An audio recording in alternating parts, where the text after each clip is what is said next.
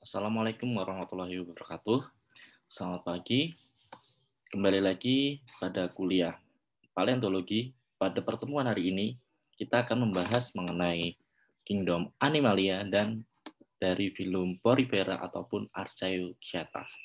Dan untuk pertemuan hari ini merupakan pertemuan terakhir sebelum UTS. Jadi untuk bahan UTS saya rasa sampai dengan materi hari ini.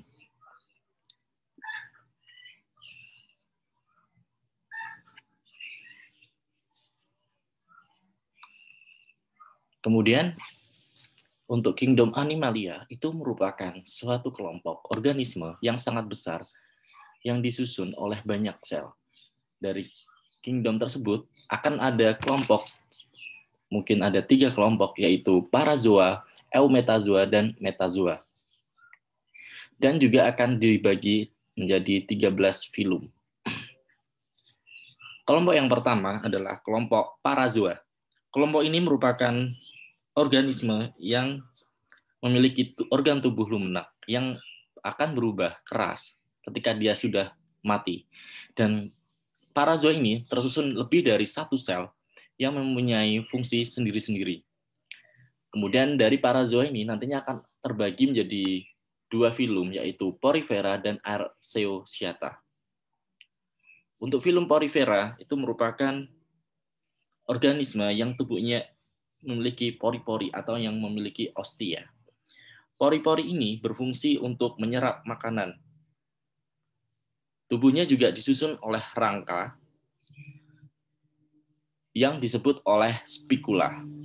Nah, atas dasar bentuk dan jumlah sumbunya, maka porifera ini akan ada pembagian lagi, yaitu menjadi monakson, kemudian akan terbagi menjadi tetrakson, kemudian ada heksakson, dan poliakson.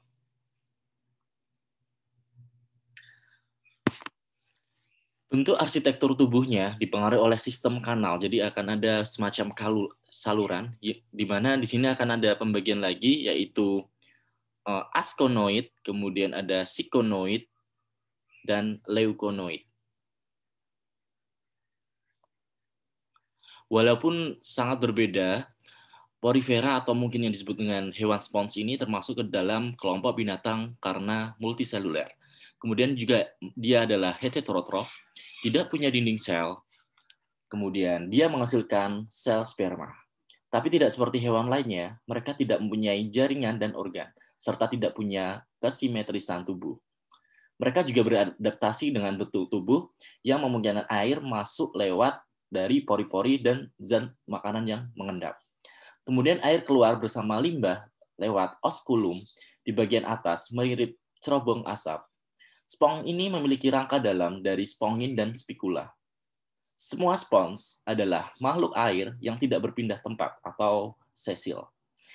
Kebanyakan spons adalah spesies air laut dari zona pasang surut sampai kedalaman 8.000 meter. Ada juga yang tinggal di air yang tawar. Kebanyakan spons itu memakan bakteri dan partikel makanan yang masuk bersama air lewat pori-pori mereka. Ada juga yang bekerja sama dengan mikroorganisme yang berfotosintesis untuk mendapatkan makanan. Sisanya yang tinggal di daerah mungkin sedikit makanan, mereka akan beradaptasi menjadi karnivor dan juga akan memakan krustasea kecil atau udang-udangan. Porifera ini akan bereproduksi secara seksual atau akses seksual yang merupakan spesies yang memproduksi secara seksual itu mengeluarkan sel sperma ke air dan bertemu dengan sel telur. Ada yang dilepas ke air dan ada yang tetap di dalam tubuh induknya. Telur yang berfertilisasi ini akan berenang mencari tempat untuk menempel dan tumbuh menjadi individu baru. Spons yang dapat beregenerasi dari bagian yang terpotong. Apabila bagian tersebut punya sel yang tepat, sedangkan yang bereproduksi secara aseksual, mereka akan ada 3 cara, yaitu secara tunas, gemula, dan fragmentasi. Dan ini adalah merupakan bagian-bagian atau susunan tubuh dari spons ya, atau mungkin porifera. Jadi pada dasarnya dinding tubuh porifera itu ada 3 lapisan. yaitu ada yang dinamakan pinakot ataupun pinakosit, atau pinakoder. Itu yang seperti epidermis berfungsi untuk melindungi tubuh bagian dalam. Kemudian ada bagian pinakosit ini dapat berkontraksi ataupun berkerut, sehingga seluruh tubuh hewan akan dapat sedikit membesar dan mengecil. Kemudian ada lagi yang dinamakan sebagai mesoklea atau mungkin mesohil. Di sini akan ada zat semacam agar atau gelatin yang mengandung bahan tulang atau sel amebosit. Kemudian ada yang namanya koanosit, yang ini. Ini adalah yang berisi atau mungkin yang melapisi rongga atrium atau spongosoel. Kemudian bentuk-bentuk dari koanosit ini, jika kita lihat, yaitu bentuknya agak lonjong. Kemudian ujung yang satu itu akan melekat pada mesohil. Nah, kemudian ujung yang lain itu akan melekat pada spongosoel. Kemudian dari bentuk koanosit ini nanti juga akan dilengkapi oleh adanya beberapa flagella ya. Nah, ini ada flagella, di sini ada kayak semacam bulu cambuk yang nantinya dia akan berfungsi untuk menghasilkan arus air. Jadi getaran flagella ini akan menghasilkan arus air di dalam spongosel ke arah osculum. Ya, ke arah osculum yang ini ya. Nah, ini. Kemudian dari fibril itu nanti, atau mungkin ada yang namanya fibril, itu nanti akan yang berfungsi sebagai alat penangkap makanan. Jadi di sini nanti akan ada lubang-lubang ya. Mungkin di sini juga osculum ini merupakan lubang atau mungkin pori yang berfungsi untuk memasukkan air ya ke dalam tubuh ini atau ke dalam atrium ini. Kemudian ini bagian dari spicula. Jadi spicula ini dia merupakan kerangka atau jaringan lunak ya. Mungkin yang di sini mungkin ada beberapa pembagian, ada tetrakson, kemudian ada monakson, ada hexakson dan polyakson. Nah, tetrakson ini jika mungkin ada 4 ruas atau 4 segmen seperti ini. Hexakson itu ada 6 ruas atau segmen seperti ini. Polyakson dia yang mungkin banyak ruas atau seperti ini. Atau kalau yang monakson dia hanya yang 1 ruas.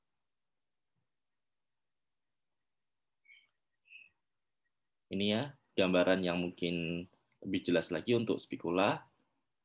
Bisa kita lihat ya, yang ini mungkin tetrakson ya, seperti ini.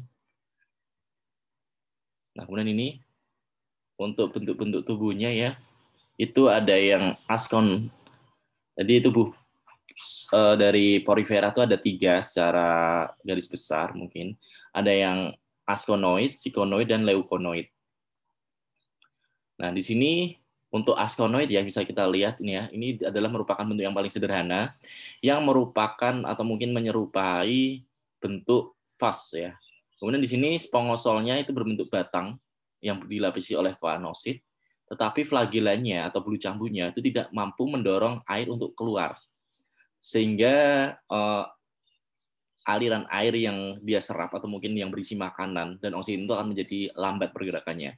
Sehingga tubuh spons dari si askon ini adalah yang memiliki tubuh yang relatif kecil. Kemudian yang kedua,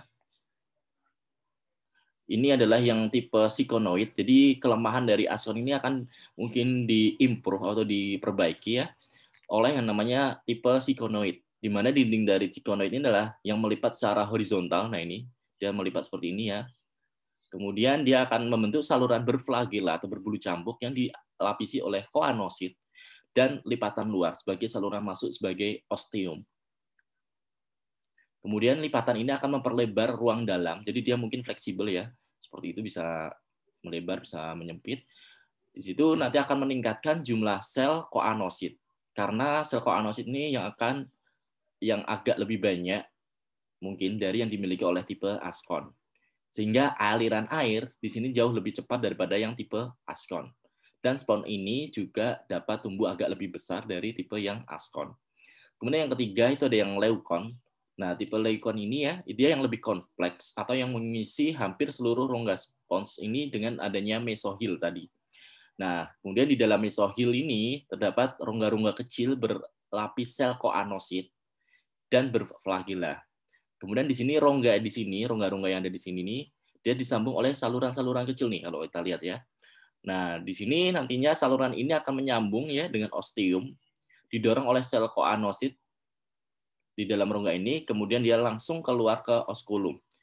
Mungkin karena banyaknya koanosit, hal ini aliran air akan dapat lebih dipercepat lagi, sehingga dapat mempercepat atau mungkin membuat bentuk dari ukuran spons ini agak sedikit besar seperti itu. Kemudian yang lain itu adalah yang ragon atau yang tipe D ini, ya seperti itu. Nah, kemudian untuk klasifikasinya, jadi ada beberapa klasifikasi porifera didasarkan atas bentuk dan material penyusun spikulanya, yaitu ada 4 kelas, antara lain ya adalah Calcarea, Hexatinellida, Desmospongia, Sclerospongia. Untuk Calcarea, ini adalah yang disebut sebagai spons kapur atau yang memiliki karakteristik spikula yang terdiri dari kalsium karbonat atau CaCO3 di dalam mineral kalsit dan aragonit. Kemudian yang hexatinellida ini adalah yang merupakan spons yang mungkin disebut dengan spons kaca atau yang memiliki karakteristik spikula yang tersusun oleh silikaan atau mungkin yang menyerupai kaca tadi ya, atau mungkin kaca ini yang dimaksud adalah mungkin kuarsa. Kemudian adalah yang berikutnya adalah Demospongia. Ini yang hampir 80% ini merupakan spons yang ada di dunia. Di sini dia yang terdiri atas spikula dan benang-benang spongin. Kemudian yang berikutnya yaitu mungkin ada yang namanya Homoscleromorpha. Di sini mungkin bagian dari Demospongia, cuma baru-baru ini diakui sebagai kelas yang tersendiri, tapi hanya berbeda secara genetik. Ya, jadi untuk Sclerospongia, mungkin yang di sini ya, yang terakhir ini merupakan spons sekarang atau masih dianggap sebagai memiliki karakter yang sendiri dengan mungkin karakter sendiri yang berbeda dengan spons lain, itu yang Sclerospongia, sehingga memiliki rangka luar dari kalsium karbonat dan mirip karang. Mungkin seperti namanya, tapi secara genetik Sclerospongia ini juga termasuk di dalam atau mungkin dapat dimasukkan dalam Calcarea ataupun Hexatinellida. Nah ini ya, ini untuk pembagiannya dari kelas Demospongia. Ternyata ini di sini kelas Demospongia ini dia mempunyai dan tidak mempunyai spikula. Hubungan antara spikulanya itu membentuk 60 derajat dan 120 derajat. Kemudian fosil yang ditemukan itu biasanya dengan sebutan spong tanduk. Kemudian di sini ada 2 ordo, Litistida dan Hadromerida. Kemudian untuk fosil yang pernah ditemukan itu adalah yang memiliki genus Aulocopium atau memiliki umur kisaran Ordovicium sampai Silur. Nah, ini gambar Aulocopiumnya ya, ini membulat-bulatan seperti ini ya warnanya. Ini ada jingga kemerahan seperti itu. Nah, kemudian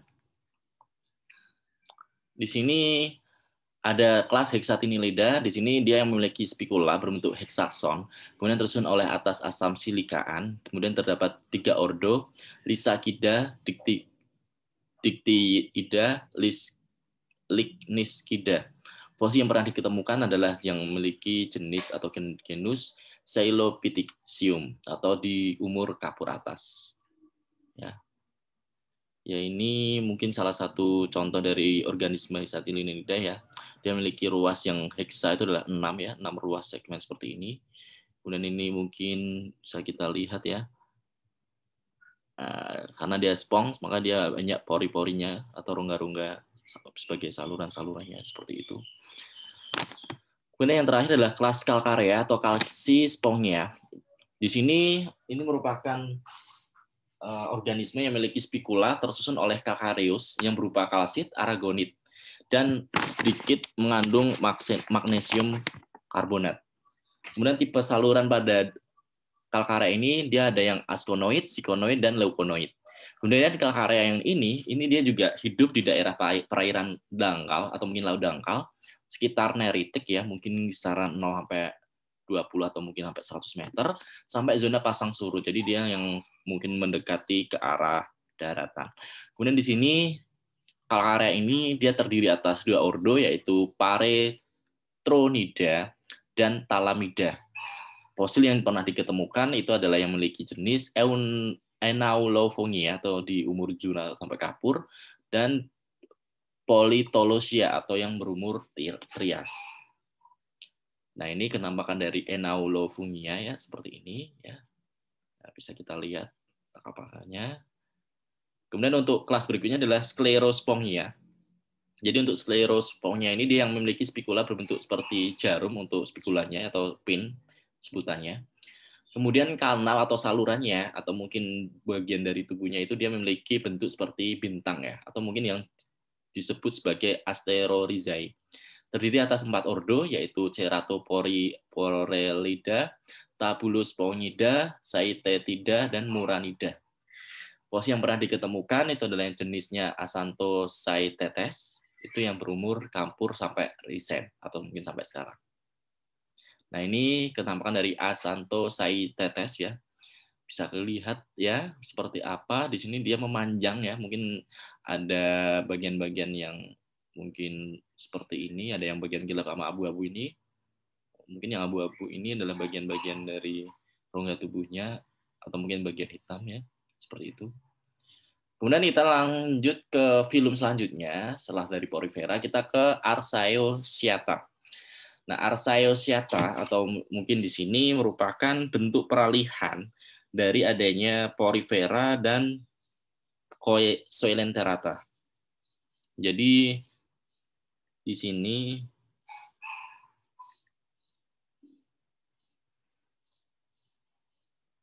ini memiliki, jadi Archaeocyata ini ya dia memiliki bentuk kerucut ya, mungkin dengan dinding yang ganda seperti itu.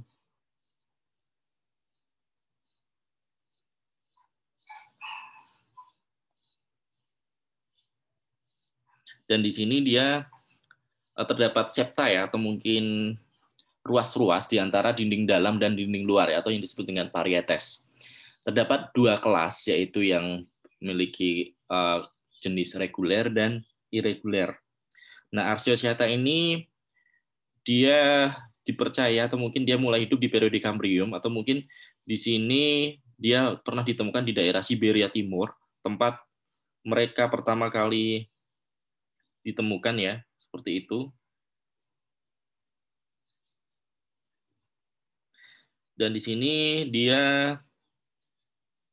cepat berkembang biaknya ya, mungkin akan ada 100 family, dan mereka juga merupakan salah satu hewan pembentuk terumbu pertama yang ada di planet bumi seperti itu, dan memiliki beberapa diantaranya dari Archaeocyata ini memiliki fosil indeks seperti itu. Dan ini merupakan susunan tubuhnya. Jadi untuk susunan tubuhnya ini dia merupakan atau memiliki ciri yang khas yaitu menyerupai karang ya, kalau kita lihat di sini, yang bertanduk dan berlubang. Kemudian di sini masing-masing ini memiliki pori kerucut semacam vas ya. Nah, ini semacam vas, ini vas bunga, semacam vas bunga. Kemudian di sini kita bisa lihat bahwa ternyata di sini ada beberapa pembagian ya, ada yang namanya gap atau intervalum di sini. Kemudian ada yang namanya central cavity atau rongga intinya yang di tengah ini. Kemudian ada dinding selnya atau dinding internalnya. Dan di sini lubang-lubang yang di sini ya, yang mungkin ada di sekujur permukaan tubuh itu adalah yang pori-pori. Ini untuk menambat atau mungkin semacam akar itu ada yang namanya rhizoid. Ada yang namanya external wall, tadi ada internal wall, ada external wall. Kemudian ada septa seperti itu. Jadi di sini dia merupakan kerangkanya itu yang terdiri atas satu dinding atau berpori atau yang disebut dengan monocyatida, atau lebih umum dikenal sebagai yang memiliki 2 dinding atau yang berpori konsentris. Dinding dalam dan luar itu dipisahkan oleh sebuah ruangan. Nah, itu di dalam dinding bagian dalam itu ada rongga seperti bagian dalam kerucut es krim yang kosong. Nah, kalau kalian pernah makan es krim Walls ya yang ada konnya itu, dia merupakan salah satu contoh atau mungkin hampir mirip ya dengan bentuk es krim yang kalian makan atau es krim Walls Conelo itu. Kemudian di dasar ini, nah ini ada substrat atau rhizoid tadi ya yang saya sebut, itu adalah untuk pegangan ke substrat atau mungkin yang ditempeli seperti itu. Kemudian ini tubuh-tubuh dari Archaeocyata, diantaranya mungkin ada yang namanya one wall conical, ada two wall conical seperti ini ya penampakannya. Ini lubang-lubangnya di sekujur tubuh. Kemudian di sini, nah ini ada yang semacam kayak ketimun dibelah gitu ya. Kemudian di sini ada multi camber, ini berarti banyak kamarnya. Nah, ini 1 2 3 4 5, ini banyak. Kemudian di sini ada yang single camber, nah ini berarti yang satu kamar. Dan di sini ada yang side-tetted dan ada yang syringoid seperti ini. Nah, kemudian untuk sebaran dari fosil-fosil porifera itu ternyata sudah direkam ya, atau mungkin di sini sudah ada yang pernah mendata atau meneliti, dan dari hasil kajian itu mungkin ditemukan ya untuk Archaeocyata itu dia mulai dari di sini mulai dari Kambrian sampai mungkin Ordovisian itu pertama kali. Kemudian dari situ, dari mulai Ordovisian ini ya, kita ternyata juga sudah ada beberapa pembentuk karang ya, termasuk spong ini, dan juga ada di sini ada Stromaporoid ya. Ini masih diperkirakan mungkin di Ordovisian.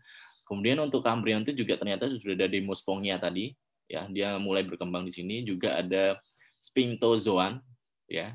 Ini masih diperkirakan tanda merah ya. Kemudian di sini ada Hexatinellida. Kemudian di sini pada Silur, Devon itu si Stromaporoid ini sudah di Devon air ya, ini sudah mulai punah mungkin atau di awal Carboniferous. Kalau si Demospongnia dia akan terus berkembang sampai mungkin sampai sekarang ya. Juga untuk Sphinxozoan dia akan berakhir pada zaman Kapur, dan untuk Hexatinellida dia berkembang pesat di Cretaceous sampai Tersier sama dengan Demospongnia.